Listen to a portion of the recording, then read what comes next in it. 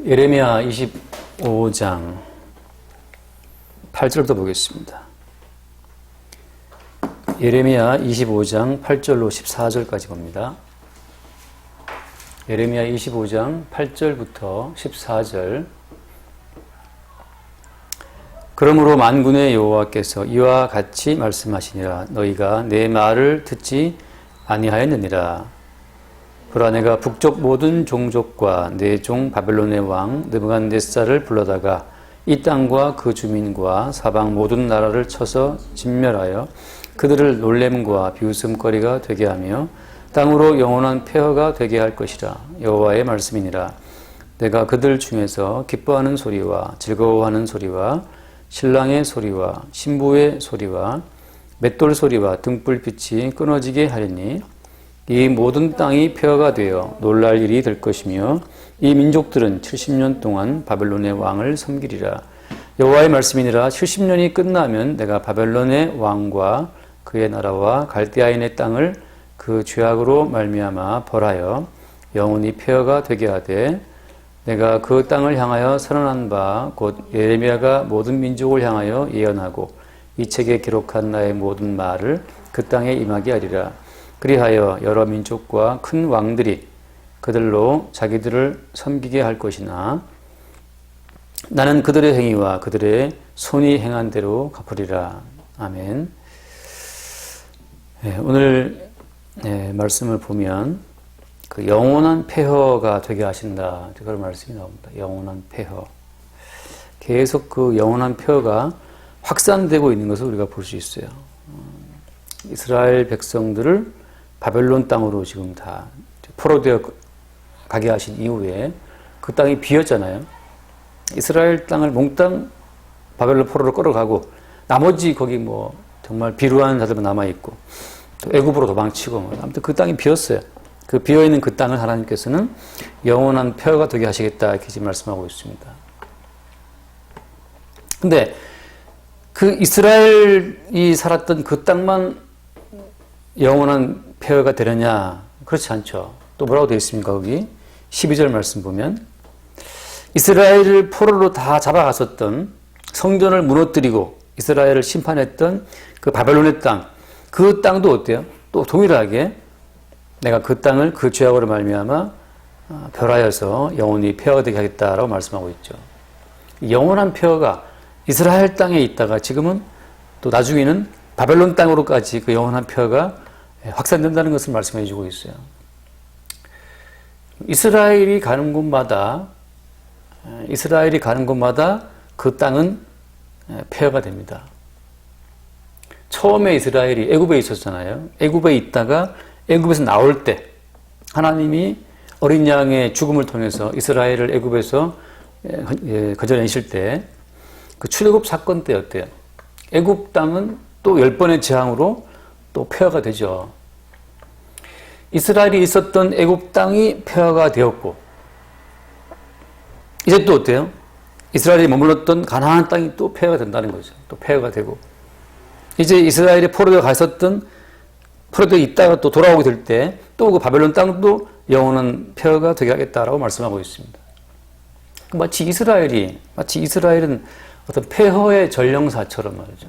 이스라엘이 가는 곳마다 이스라엘로 말미암아서 그 땅이 복을 받고 그 땅이 잘 되는 것이 아니고 이스라엘이 그 땅에 머물렀기 때문에 그 땅은 폐허가 되는 희한한 사건이 계속 벌어지고 있죠.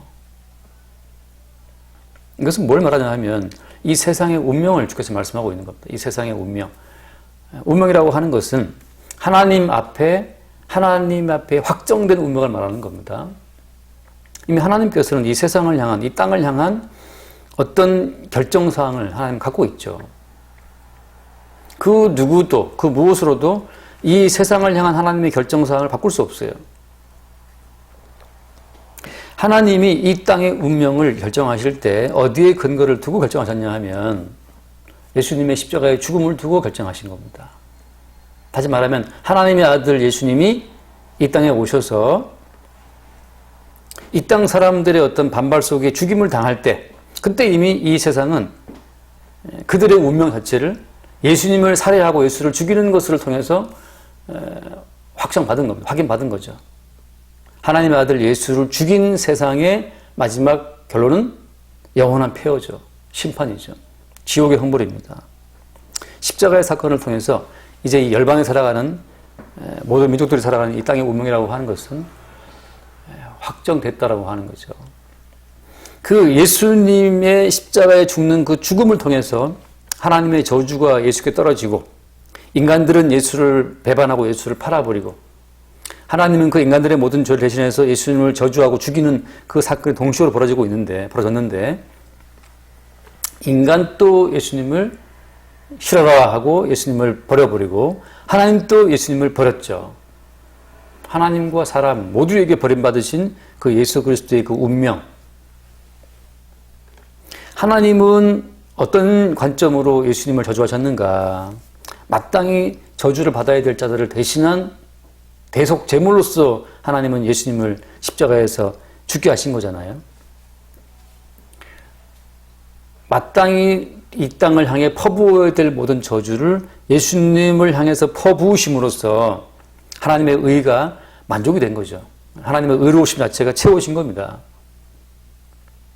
따라서 예수님의 신체, 예수님 위에 떨어져야 될 예수님의 몸 위에 하나님이 퍼부으신 그 모든 저주라고 하는 것은 마땅히 온 세상을 향한 저주가 되는 거죠. 그래서 이 예수 그리스도를 저주하신 그 저주라운 그 저주 자체가 이제 온 세상을 향해서 뻗어가는 겁니다. 한 군데에다가 어떤 그 점을 찍어놓고 그 점을 통해서 이제 저주를 퍼뜨려 나가는 것처럼 하나님은 예수 그리스도를 저주하신 그 예수를 향해 떨어지는 그 저주를 이제 온 세상에 퍼뜨리시는 거예요. 그 저주를 하나님이 예수님의 퍼부으신 그 저주 가운데 자기의 운명을 미리 보는 사람들, 자기의 운명을 그 예수님이 받으신 저주를 통해서 미리 보게 된 사람들이 그 사람들이 이스라엘이에요. 그 사람들이 오늘날 성도가 되는 겁니다. 하나님이 어린 양에게 퍼부으신 그 저주를 자기의 저주로 받아들이게 된 사람들이 이스라엘인데 그래서 이스라엘은 어때? 이스라엘은 살아도 산 자들이 아닌 거죠. 이스라엘의 정체성이라고 하는 것은 이미 죽은 자로 살아있는 거예요. 이게 모순적인 말이지만 죽은 자로 살아있다? 이 말이 되는 겁니다. 죽은 놈은 죽은 놈이고 산 놈은 산 놈인데 이스라엘은 어때요? 이스라엘은 죽었으나 산 자예요. 죽었다는 말은 어떻습니까? 하나님께서 애굽 전체를 장자를 다 죽이실 때 그때 이스라엘의 장자도 함께 죽은 것으로 간주하시는 겁니다. 따라서 이스라엘은 자연인으로서의 이스라엘, 자기의 자아가 살아있던 그 이스라엘은 다 죽은 것이고 지금 살아 이동하고 있는 광야를 지나고 있는 그 이스라엘이라고 하는 것은 어린 양의 이름으로 살아있는 어떤 희한한 존재가 되는 거죠. 그게 이제 성도고 그게 이스라엘인데 그 이스라엘은 항상 어린 양을 향해 떨어지는 저주를 함께 받아서 죽은 자로 자기 자신을 보게 된다고 하는 거죠. 어린 양에게 떨어진 저주가 확산되어 갈 때 그때 이스라엘은 성도는 이미 자기들도 어때요? 어린 양의 저주에 연합됐다고 하는 것을 알게 된다고 하는 거죠. 성도 입장에서는 저주를 받아서 죽은 자로 이 땅을 살아가는 거예요. 죽었으나 산 자. 어린 양이 죽임을 당할 때 함께 죽은 자로서 살아간다는 거. 이게 뭐 말이 안 되지만 죽은 자로 살아가는 거죠. 그래서 그 죽은 자로 살아간다고 하는 그 죽었다라고 하는 그 죽음의 그 저주를 매 순간순간 새롭게 확인받으면서 이 땅을 지나가게 되는 자들이 이스라엘이죠. 그 사람들은 그 이스라엘, 성도는 뭘 보게 되냐면 어린 양에게 떨어진 하나님의 저주를 통해서 자기에게 떨어진 저주를 확인받게 되고 그런 과정을 통해 나는 이미 죽은 자라고 하는 것을 하나님 앞에 확인받게 되고 동시에 어린 양에게 떨어진 저주, 내게 떨어진 그 저주를 통해서 온 세상을 보는 거죠. 그래서 온 세상이라고 하는 것은 하나님의 저주 가운데 확실히 놓여있다는 사실을 매 순간 보게 되는 겁니다. 오늘 말씀 보면 여기 13절 말씀에 내가 그 땅을 향하여 선언하는 바 곧 예레미야가 모든 민족을 향하여 예언하고 이 책에 기록한 나의 모든 말을 그 땅에 임하게 하리라. 이게 모든 민족을 향한 저주를 이미 예레미야가 예언을 했어요. 어린 양에게 떨어진 저주가 온 땅을 향해서 쫙 퍼져갈 때 말이죠. 잉크 한 방울 떨어뜨리면 잉크가 물에 퍼져가듯이 어린 양에게 떨어진 저주가 온 세상을 향해서 퍼져가는 겁니다. 지구, 인류, 세상, 땅이라고 하는 건 다 동일한데 어린 양 예수에게 떨어진 그 저주 자체가 확산되어 가는 과정이 있다고 하는 거. 이미 어때요? 이미 이 땅은 지금 지옥 자체가 펼쳐지고 있는 거예요. 그래서 이 영원한 표가 덕이 하겠다. 다시 말하면 이스라엘, 즉 성도라고 하는 것은 어린 양 예수에게 떨어진 그 저주 자체를 통해서 자기 자신도 이미 저주를 받아 죽었음을 확인받으면서 동시에 세상을 바라볼 때 하나님의 저주가 펼쳐지고 있는 그 세상의 형편을 아주 뭐랄까요? 면밀하게 매일매일 매일매일 본다고 하는 거예요.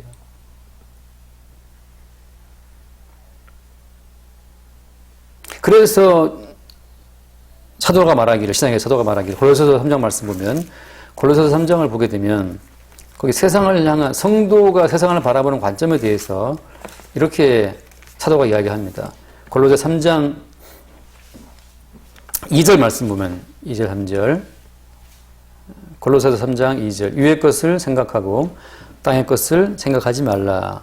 이는 너희가 죽었고 라고 되어 있어요. 맨날 죽었다 그러는데 성도가 지금 성도가 살아있는데 지금 바울이 쓴 골로새 교회에 쓰니 사도 바울의 이 서신을 받고 있는 골로새 교인들이 지금 살아있는데 그들을 두고 하는 말씀이 너희가 죽었다고 말하는 거죠. 이스라엘은 살았으나 죽은 자인 것처럼 성도는 살았으나 죽은 자예요. 이는 너희가 죽었고 너희 생명이 그리스도와 함께 하나님 안에 감춰졌다. 자, 위의 것을 생각하고 땅의 것을 생각지 말라라고 말씀하시는 이유는 이미 땅이라는 것도 어때요? 땅이라고 하는 것도 예수님을 저주하신 그 하나님의 저주의 심판이 확산되어 가고 있는 땅이에요. 세상의 운명은 이미 확정되어 있죠. 저주와 멸망과 죽음과 지옥이라고 하는 것으로 확정되어 있습니다. 그러니까 땅의 것에 소망을 둘 이유가 없는 것이 땅은 이미 하나님 저주를 받고 멸망이 확정되어 있기 때문에 땅의 것 생각하지 말아라. 땅 자체는 하나님 저주 가운데 있다고 하는 거죠. 맑은 물에 떨어뜨린 한 방울 잉크가 쫙 번져가는 것처럼, 물감 한 방울이 번져가는 것처럼 세상은 하나님 저주가 지금 계속 뻗어가고 있다고 하는 거예요. 아이가 태어나면 그 아이에게도 저주가 뻗어가고, 나라가 생기면 그 나라도 저주가 뻗어가고, 동아리를 만들었다. 동아리도 저주가 뻗어가고, 무슨 집단, 무슨 사회, 무슨 생명체가 있다 하더라도 물감 한 방울이 물에 퍼져가는 것처럼 저주는 뻗어가게 돼 있다고 하는 거예요. 그걸 주님이 바다가 말하면서 그러기 때문에 너희들은 땅의 것을 생각하지 말아라. 땅의 것을. 땅의 것 소망을 둘 아무런 이유가 없다고 하는 거죠. 하나님의 확정된 저주가 이미 퍼져가고 있는 과정이기 때문에. 그리고 어때요? 그리고 이미 너희들은 이미 죽은 자들이다. 죽은 자들. 매일매일 십자가의 사건을 통해서 십자가에 죽으신 예수와 함께 나는 죽은 자구나. 나로서는 죽은 자고 지금 살아있는 것은 왜 살아있는 겁니까? 그리스도 예수로서 살아있는 거예요. 그리스도 예수 지체로. 우리의 몸짓, 우리의 말과 행동과 그 모든 것이 다 그리스도 예수의 몸짓으로 우리 성도가 이 땅에 존재한다고 하는 거죠. 항상 성도는 자기의 의지, 자기의 결단, 자기의 생각으로 무엇을 하다가 십자가 사건을 통해서 나는 이미 죽었다는 사실을 확인받으면과 동시에 나의 살아있는 모든 살아감의 그 의미가 예수 그리스도의 몸짓, 예수 그리스도의 어떤 그 눈짓, 예수님의 어떤 그 행위로서 지체의 한 부분으로서 존재한다고 하는 것을 새롭게 확인받는 그런 자들이 이스라엘이고 성도라고 하는 거죠. 그래서 이스라엘이 애굽에 있다가 나올 때 애굽은 초토화되죠. 황폐화됩니다. 폐허가 되죠. 하나님은 자기 백성만, 자기 지체만 건져내고 곧바로 심판을 시행하시는 겁니다. 이스라엘이 가나안 땅에 살았다. 가나안 땅이 그럼 천국이냐? 천만의 말씀이죠. 하나님은 이스라엘 백성들을 포로되 끌려가게 하시죠. 이스라엘의 죄로 말미암아, 다시 말하면 땅에 소망을 두고 살아가는 그들을 주님이 또 심판하시는 겁니다. 그래서 너희가 죽었고라고 하는 그 죽음 자체를 이스라엘에게 시행하시는 거예요. 자기 백성에게. 이스라엘의 그 내면의 마음이 바벨론처럼 힘센 나라들을 사모하기 때문에, 바벨론처럼 돈 많은 어떤 사람을 사모하기 때문에, 이스라엘의 내면에 하나님을 향한 사랑은 없고 바벨론처럼 강한 나라, 바벨론처럼 돈 많은 나라, 돈 많고 강한 인생을 사모하니까 그들로 하여금 그쪽에 포로되게 하시는 겁니다. 어떤 인간도 자기의 힘으로 이 세상의 유력을 이길 자가 없어요. 육신의 정욕과 암흑의 정욕과 이 세상의 자랑이다 할 때는 어떤 인간도 그 세상의 욕망을 이길 수 없습니다. 다 우리는 세상의 욕망에 포로되어 끌려갈 수밖에 없어요. 예수를 믿는 사람이든 아니든 간에 동일합니다. 동일하게 우리는 육신의 정욕과 또 뭡니까? 암흑의 정욕과 이 세상의 자랑에 다 포로되어 끌려갈 수밖에 없는 거죠. 포로되어 끌려간 자체가 어때요? 하나님의 큰 경륜 가운데 하나예요. 포로되어 끌려감으로 말미암아서 이제 하나님이 어린 양을 통해 내리신 저주 자체를 바벨론 땅까지 확산시키는 거죠. 이스라엘을 애굽에 갖다 놓으면 애굽이 박살나고, 이스라엘 가나안 땅이면 가나안 땅이 박살나고, 이스라엘 바벨론이면 바벨론 땅이 박살나고, 어디든지 예수님의 저주의 죽음을 확산시키는 역할 자체를 이스라엘이 감당하게 되는 거죠. 어떻게 하면서? 그들 내부의 죄악성을 그냥 드러내므로 말미암아.